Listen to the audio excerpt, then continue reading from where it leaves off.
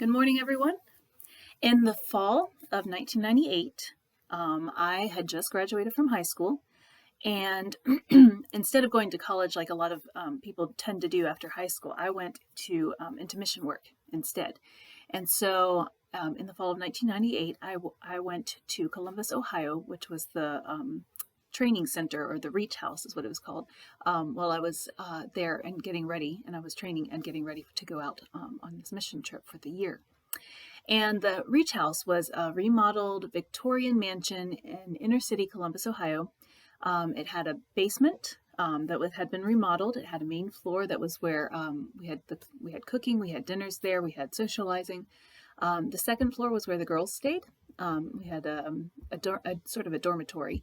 And then the third floor, which used to be the attic, and I think somebody had mentioned there was a ballroom up there at one point.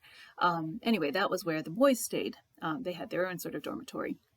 So it was 4 floors of that, and then in the back there was an old carriage house that had been renovated into a classroom for us to have our sessions and everything. And then we had a really wide veranda on the front, a big porch where people could kind of hang out. And then leading up to the veranda was this wide set of stairs.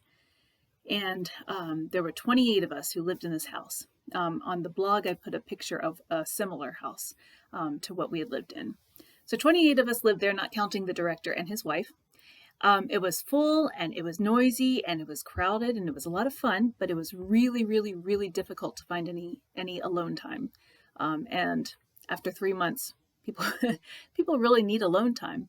So given the nature of the program, every morning we had a scheduled reflection time, and it's where all 28 of us grabbed our Bibles or our books or whatever that we were reading, or our musical instruments, and we would scatter as far as we could across the property and still stay on the property. It wasn't a very large one. And then we would have this designated intentional time to spend in God's Word and in prayer. Sort of all separately, though. So looking back, we had to get really creative with space. So I remember one girl used to crawl out of the second floor window past her bedroom. Her bed was right in front of the window, so she would crawl outside of that window and she would sit on the porch roof for her time of prayer. Another girl used to use the upstairs linen closet on the second floor. And sometimes it wasn't unusual to walk up to our bedrooms and see the light coming out from underneath the door and to hear her voice singing. It was kind of funny sometimes, but it was really cool too, just to see how she found her quiet time alone. So I have to admit, 23 years might have kind of tampered with my memory a little bit, but I have a really strong impression that there were stone lions on either side of the stairway that led up to the house. And that area became my spot for my devotional time and my quiet time in the morning. So there was a large flat space out there that I do remember for sure. Hopefully not for making up the lions, because I really like the idea of it. But anyway, I'm pretty sure that there were stone lions there at one point. I don't know if they're still there. And these 2 lions would rest heavily on the area, and they would kind of look out at the passing traffic on the street. And I would crawl up on the wall with my Bible, and I would use them kind of as company as I sort of shaded the Bible from the morning sun, because it was really bright. So the area wasn't quite as private as I would have liked, because, I mean, what can you do? But when all the nooks and the crannies in the house are already taken up, you get creative. You do what you can. It was at the Reach House that I learned the importance of constancy in spite of all the circumstances that dictated otherwise. It sure would have been easy for me to let it go and to kind of snuggle on a couch and socialize with my friends and joke and laugh and relax. And those are all really good things, and I'm not discounting them at all. Those are super important. But socializing with my 27 other housemates was not the purpose of the morning quiet time. The morning quiet time was time spent with the shepherd, with my creator, with my sustainer, and that was top priority. So today, I had been for a while going through Exodus, trying to read chapter by chapter and sort of reflect on every chapter as I came to it. And I took a break for Holy Week because I really wanted to focus on the week leading up to the resurrection and then the day after that. And so now, today, I'm back in Exodus again.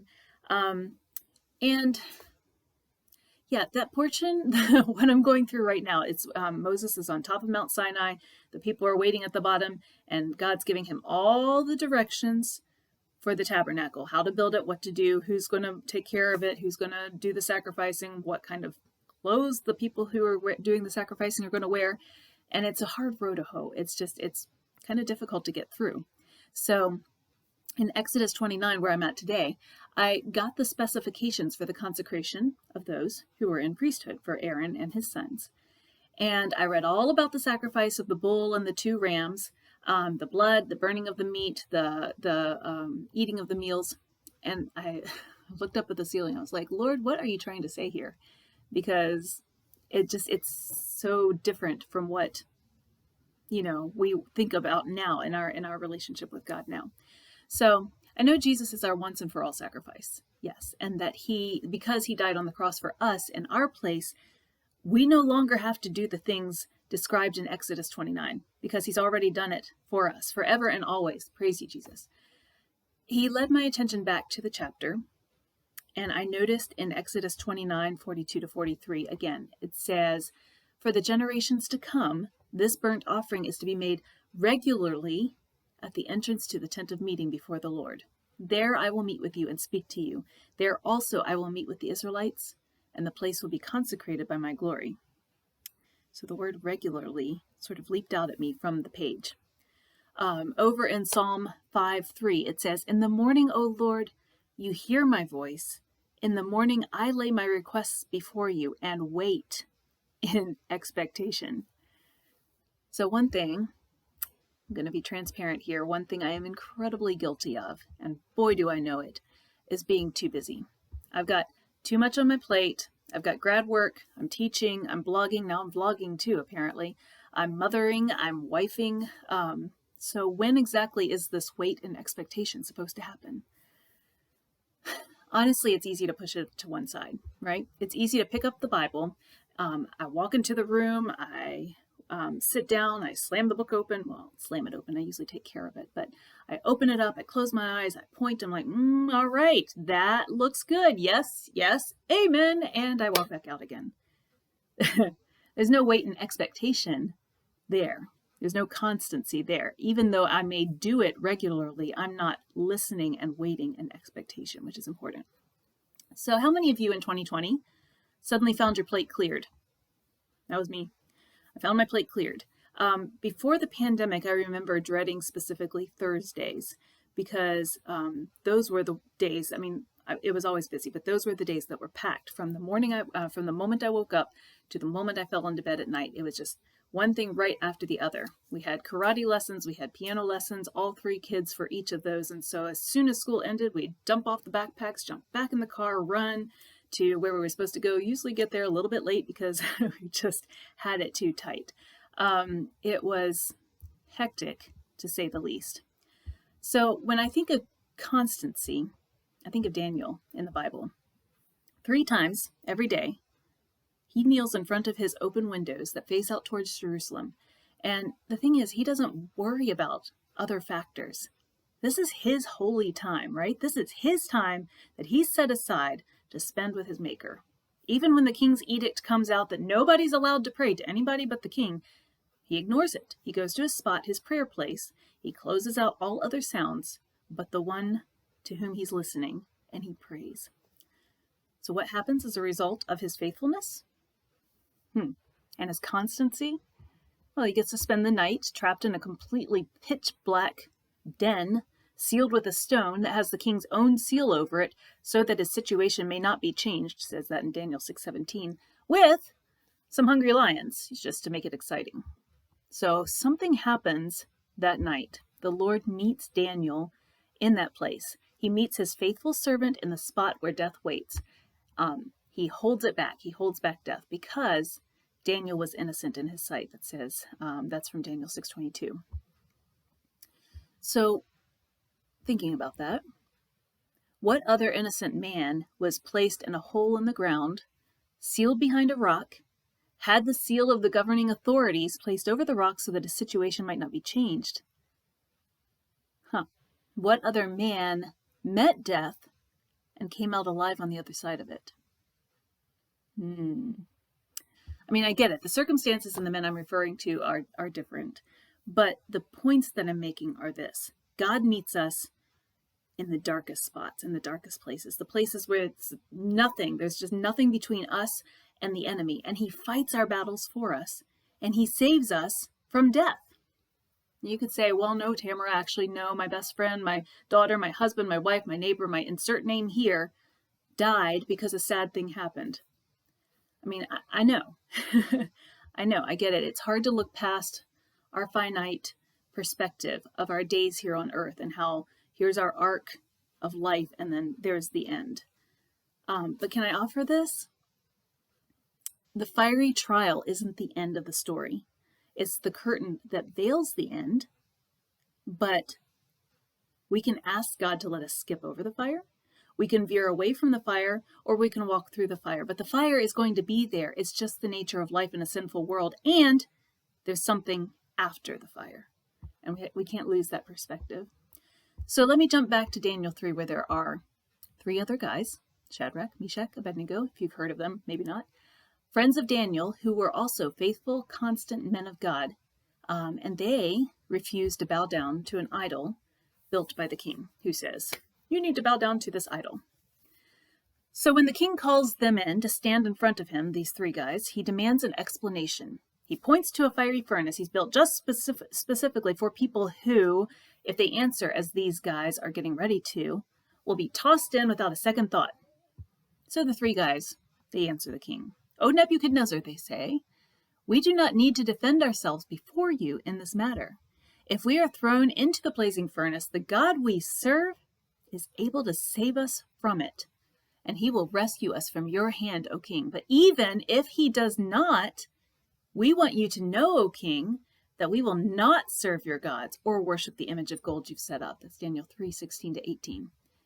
So this furnace, for the record, is so hot, it fries the guys who dumped them 3 men into it. So in other words, it's not a little candle that's going to give you an ouchie. It's not even a little campfire that may, do some damage, but not much. It is all-consuming. It is a huge fire, and it's hot. So in light of that, it's not easy for the men to say what they said. They said it while they were hearing the hiss and the crackle and the pop of the flames. They said it while they were feeling their feet and their hands and their arms warm from the heat of the fire. They said it while they were seeing the dancing reflection of the light on the king's angry expression. They said it while they were smelling the campfire smell that always accompanies burning wood and knowing that they would probably be a part of that scent here before too long. I did 4 senses, so I'll go for 5. They said it while they were tasting the ash that probably thickened the air. There was so much. So the situation, it engrosses them. It surrounds them. It's an all-consuming situation, and God meets them in the middle of it. So then King Nebuchadnezzar leaps to his feet in amazement, and he asks his advisors, weren't there 3 men we tied and threw into the fire? And they say, certainly, O king. And he said, look, I see 4 men walking around in the fire, unbound and unharmed, and the 4th looks like the Son of God. Ha! Daniel 3:24-25. Do you think that Aaron and his sons in Exodus would have been allowed to enter the holy presence of God if they had decided to leave their post at the tabernacle and neglect the instructions the Lord had set up? We're getting ready to read about something Aaron does in the next couple of chapters that's really highly displeasing to the Lord. But he doesn't get to bop out of that without any consequences, because the Lord pulls him up short. You have been consecrated. Later, Aaron's sons, too, they neglect to fulfill some of God's instructions, and they die as a result. You have to fulfill what the Lord has asked you to do. You need to stay faithful. You need to stay constant. So God takes the time and the constancy of consecration seriously. Daniel and Shadrach, Meshach, Abednego, they devoted themselves to the Lord. Do you think that Daniel would have exited the lion's den the next morning in one piece if he hadn't been so constantly with the one he worshipped? Do you think that Shadrach, Meshach, and Abednego would have answered the king as they did if they did not spend constant time with their God? If these men didn't find it important enough to devote their mornings or their evenings or whatever time they chose to the one that they worshiped, if God was just a passing thought to them, do you think they would have laid their lives on the line for him? So my stone lions, if they were indeed real and not just a figment of my imagination, my stone lions never hurt me, but it was more likely that they were once, because they were stone and, couldn't eat or breathe. But they were excellent reminders to me of Daniel's constancy, his purposeful, intentional, daily, every day prayer. So relationship, constant relationship, listening, talking, making room for him. 2 Timothy 2:13 says, "If we are faithless, he remains faithful, for he cannot disown himself. His very nature is faithfulness." Lamentations 3:22 and 23 says, "His compassions never fail. They are new every morning. Great is your faithfulness."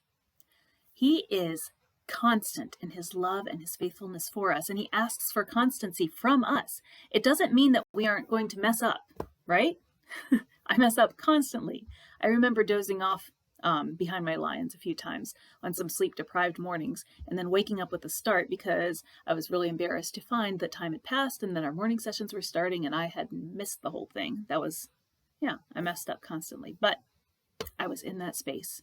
Sometimes it's a really hard thing to do, making that holy place, the separate place, but it's essential if we are going to find the courage to face the enemy who watches and waits with his lion's dens and his fiery furnaces. If we don't make God our top priority, how easy is it going to be able to be to slide sideways from the point? I'll leave you with that. Blessings.